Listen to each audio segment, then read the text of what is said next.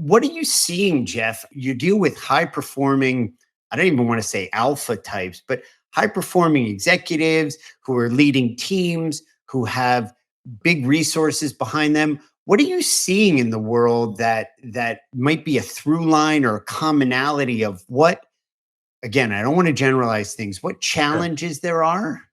And then what are you seeing that you're bringing that's making a difference for people to transform them or have power over them or be able to govern them and manage that in a way that makes a difference?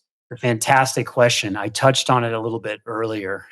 If we can just distill, and I coached tennis after I played pro tennis. I coached on a tennis court. I was passionate about communication, breaking things down in a technical way on the forehand and the backhand, making YouTube videos for tennis instruction for years. So I've been absolutely obsessed as a coach to be able to communicate a message that people can hear and that they can actually take real time, tangible strategies to help them shift, whether I'm giving a keynote in front of 1,000 people or whether we're just having a conversation right here, like this is our game plan, this is what we're going to do.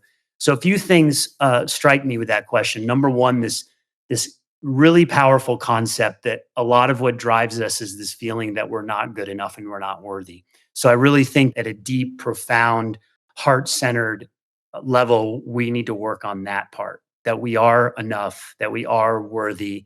Even if we fall short in some areas, we give ourselves grace. That's one big thing. The second is my brother was an extreme example of the external validation, money, power, control, the next business deal. Admiration.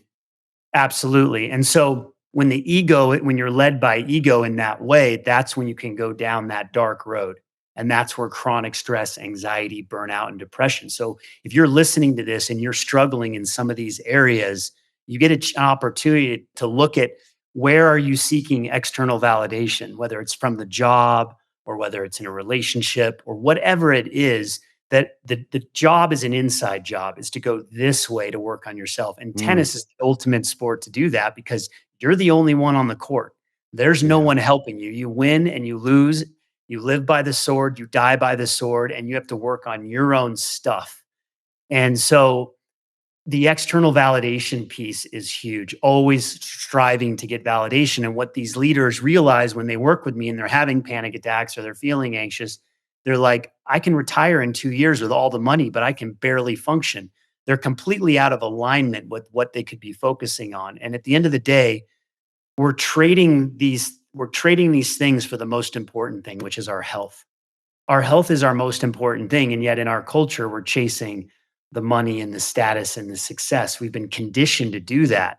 So as soon as you can start to shift your mindset and your approach to, hey, I'm going to love myself enough to take care of myself, that's when some really powerful things happen.